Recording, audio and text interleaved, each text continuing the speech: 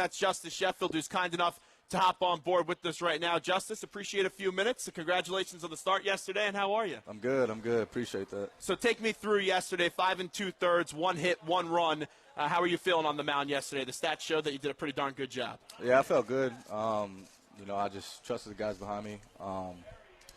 Diaz, he caught a good game behind the plate. So, it's easy when you, go out there and you have guys behind you. And, also we got off to an early lead. So, that helped us also. Now you're facing a lot of familiar faces coming from the organization that did trade you away last year. What was that experience like? Is it you just try to approach it as another game, or do you know really what's happening and you can't avoid that? I definitely knew. I was hanging out with a lot of those guys before that outing, and it was just a lot of fun. There was a lot of trash talk going on before the game and stuff like that, so that got me a little fired up. But what'd they say to you? Just can't repeat it on the radio. Pretty much, just guys saying that they were going to get hits off me and whatnot. Just friendly competition. So it was good to go out there and see those guys again, and be on the other side. Now I was talking to Adam Giardino, the play-by-play voice of the Thunder, and he was telling me you didn't get a chance to face off against your old catcher.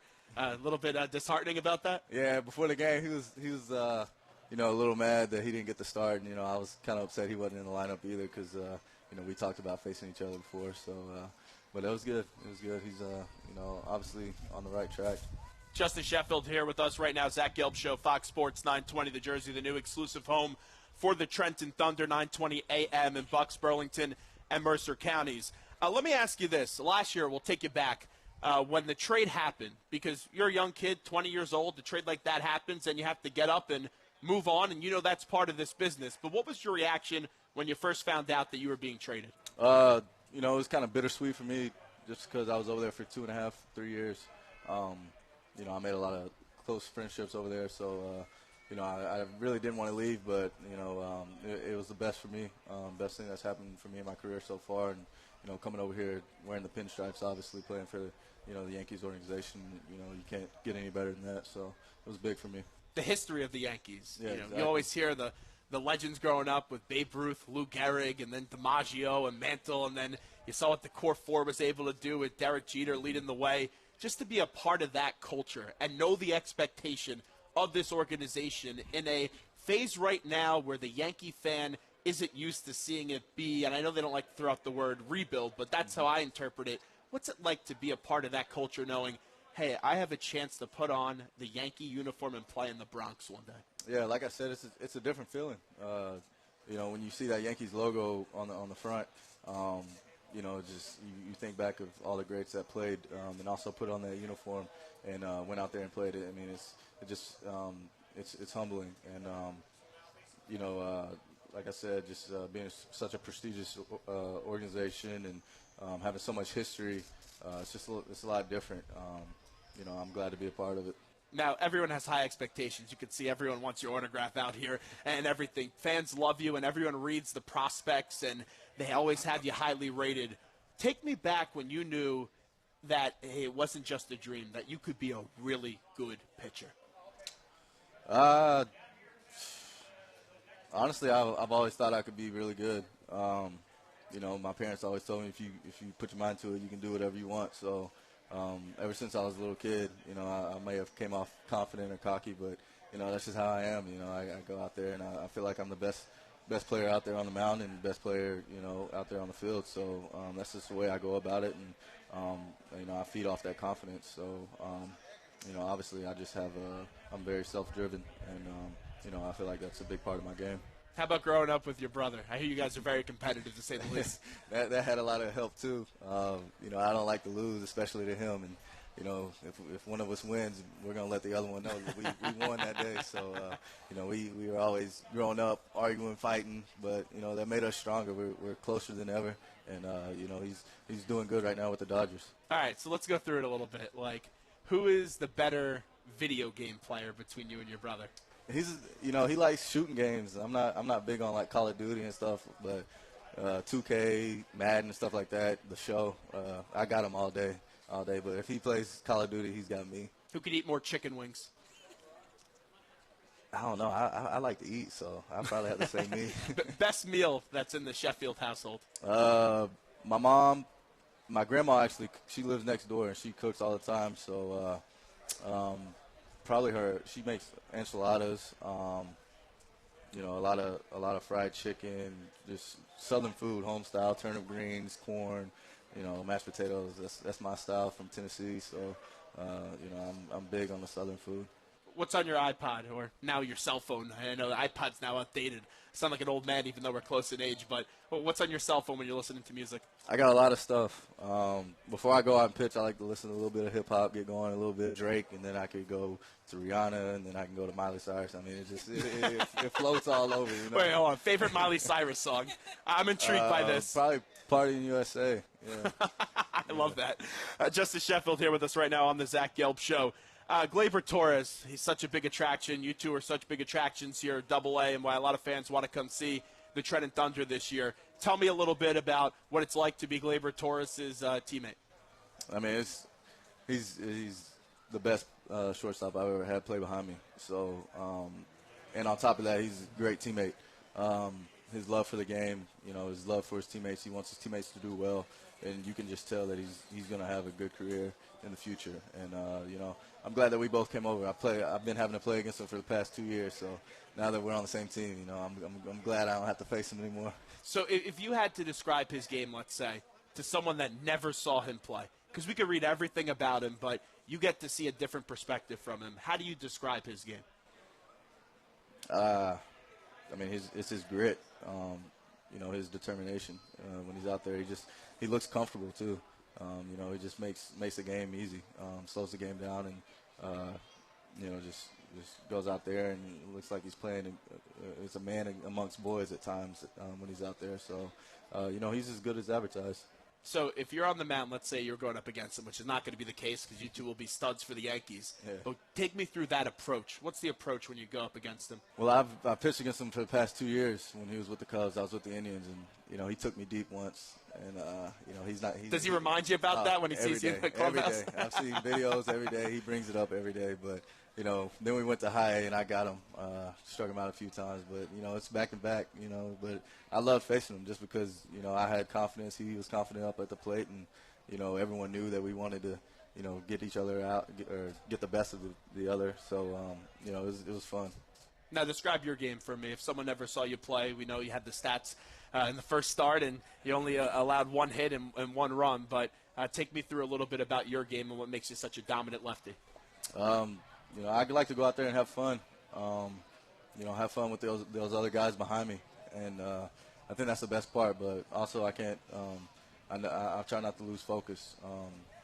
I try and cut throats, go out there every day, and get my dogs, get my strikeouts, and go after guys. Super aggressive. I try to be a bulldog on the mound. So I feel like I'm maybe a small guy, but that's kind of where the bulldog at heart comes. I like that. He goes from I'm going to go on the mound, I'm going to kick your ass, and then after the game I'll listen to some Miley Cyrus. Wrap it up with Justus Sheffield, who joins us right now on the Zach Gelb Show. When you worked in this offseason, what were the things that you really focused on and said, I need to improve this with my game to be where I want to be for this season? Overall strength. I got in the weight room and, threw some weights around a lot. And, just being more consistent. Getting on the mound, being more consistent every fifth day. Going out there and trying to pitch deep in the game, keep my pitch count low. And, just pitch deep in the game. That was the biggest thing for me. I feel like the longer I could stay in the game, no matter how many runs I give up or whatnot, I mean, as long as I'm out there trying to give my team a chance to win, then, things will go my way most of the time. How far away do you think you are from being on that big league stage? No clue. I just, day by day. That's it, day by day. Got to get better. All right, we're wrapping up with Justus Sheffield. Now, the big thing that everyone says, oh, you're related to Gary Sheffield. And we've had Gary on the show before, but that actually isn't the case. How many times have you been asked that question in your life, probably? Numerous. These guys out here probably got baseball cards with on the back of it saying I'm his nephew. So, how does that I know it's the last name, but just for all these years, for people to just mess up on that, I just don't understand that. No clue. I have no clue. Have you ever met him? When I was younger, I was in Little League, went to a Tampa Bay Rays game. They were playing the Tigers, and, we was in the stands.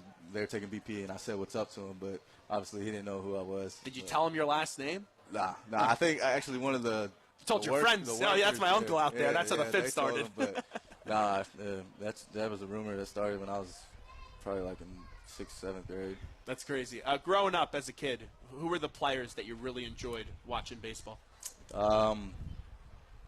David Price, for sure. Pedro Martinez. I love watching Ichiro. Torrey Hunter. I got a lot.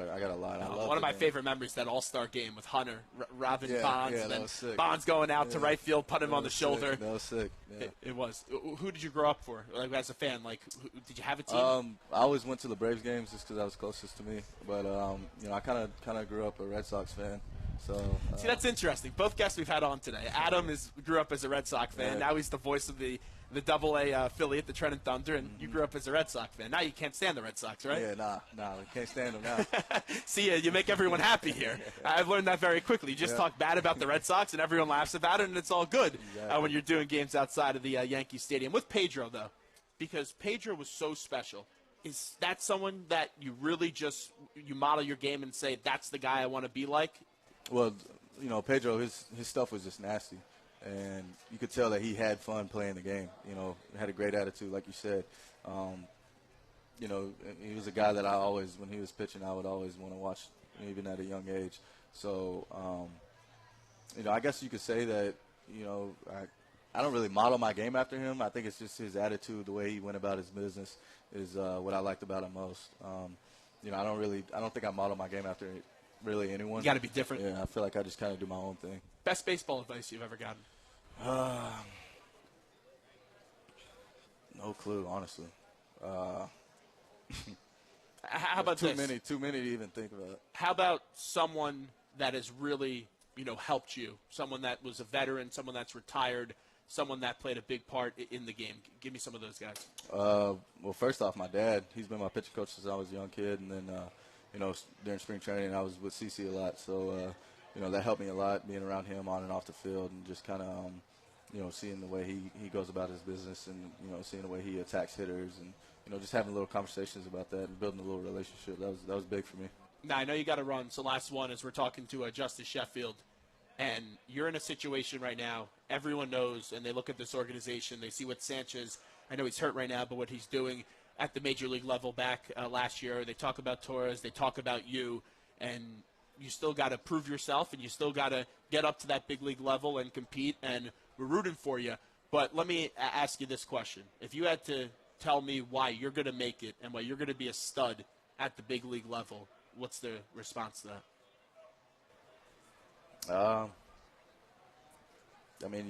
I'm just gonna have to let y'all decide. I can't decide for you. All I can do is go out there and pitch and get outs, and just be the best person that I can be, and then that's for everyone else to decide why I should be up there, why I shouldn't. All I can control is doing me out there on the mound. Now, one more thing that just popped into my head. You and your brother, describe that scene for me, because when I was a kid, we'd play like backyard baseball on the computer, but you guys are actually playing backyard baseball in your backyard, and you have two really good players. What was that like for you, just growing up, and I know we talked about the competition, but just what did you and your brother just envision when you guys were kids throwing the ball in the backyard? Pegging each other. Yeah, I feel like that's where both of us get our confidence and, our competitiveness is just growing up, fighting with each other, and wanting to be better than the other, but also, rooting for each other. So we kind of got that installed into us at a young age. Well, we're rooting for you. Best of luck. Thank you so much for coming on. Thank you. There's Justus Sheffield. We'll take a quick break, and we'll be back right after these short messages.